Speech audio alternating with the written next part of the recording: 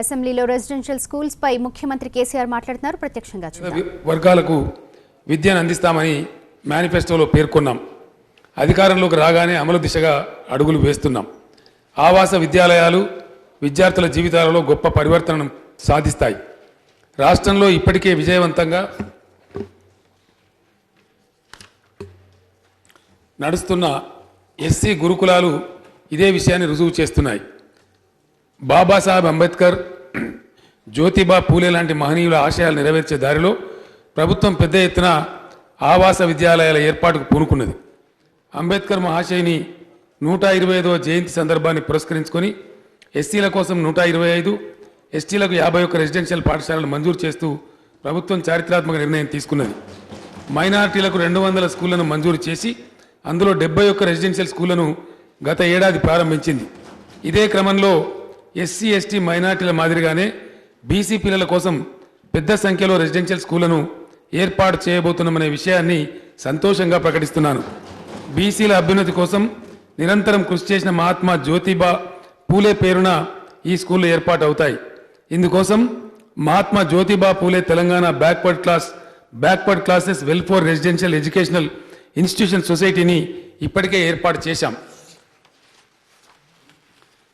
వచ్చే విద్యా సంవత్సరం నుంచి ప్రతి అసెంబ్లీ నియోజకవర్గానికి 1 చొప్పున రాష్ట్ర వ్యాప్తంగా 119 బీసీ రెసిడెన్షియల్ పాఠశాలలు ఏర్పాటు చేయబోతున్నాం. ఈ పాఠశాలల్లో 76,160 మంది విద్యార్థులు మంచి విద్యను పొందగలుగుతారు. బీసీ రెసిడెన్షియల్ స్కూళ్లలో 5వ తరగతి నుంచి ఇంటర్మీడియట్ వరకు ఇంగ్లీష్ మీడియంలో అత్యున్నత ప్రమాణాలతో కూడిన విద్యాబోధన జరుగుతుంది.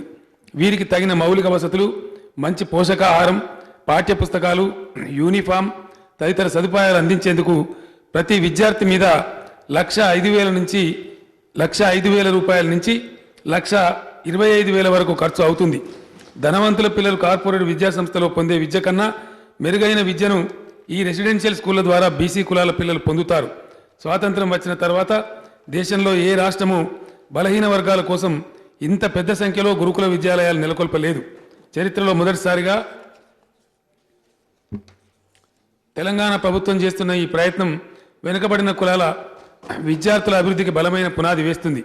వెనుకబడిన వర్గాలకు విద్య ద్వారా విజ్ఞానం, విజ్ఞానం ద్వారా విలువల ద్వారా అభివృద్ధి ద్వారా సంపద పొందినప్పుడే దేశం నిజమైన పురోగతిని సాధిస్తుందని పూలే మహాశయుడు అభిప్రాయపడ్డారు. ఆయన స్వప్నం సాకారం చేసే దిశగా తెలంగాణ ప్రభుత్వం పునరంకితమవుతుందని నేను ప్రకటిస్తున్నాను.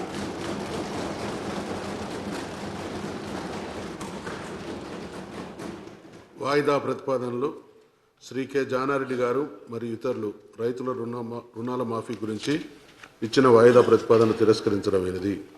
శ్రీ జి కిషన్ రెడ్డి గారు ప్రభుత్వ విద్యా సంస్థల్లో ఉపాధ్యాయులు మరియు విద్యార్థుల సమస్యల గురించి ఇచ్చిన వాయిదా ప్రతిపాదన తిరస్కరించడమైనది. శ్రీ అక్బరుద్దీన్ ఓవైసీ గారు మరియు ఇతరులు వన్యప్రాణి అభయారణ్యాలలో పుళ్లను వేటాడడం మరియు చంపడం గురించి ఇచ్చిన వాయిదా ప్రతిపాదన తిరస్కరించడమైనది. శ్రీ సండ్ర వెంకట వీరయ్య గారు మరియు ఇతరులు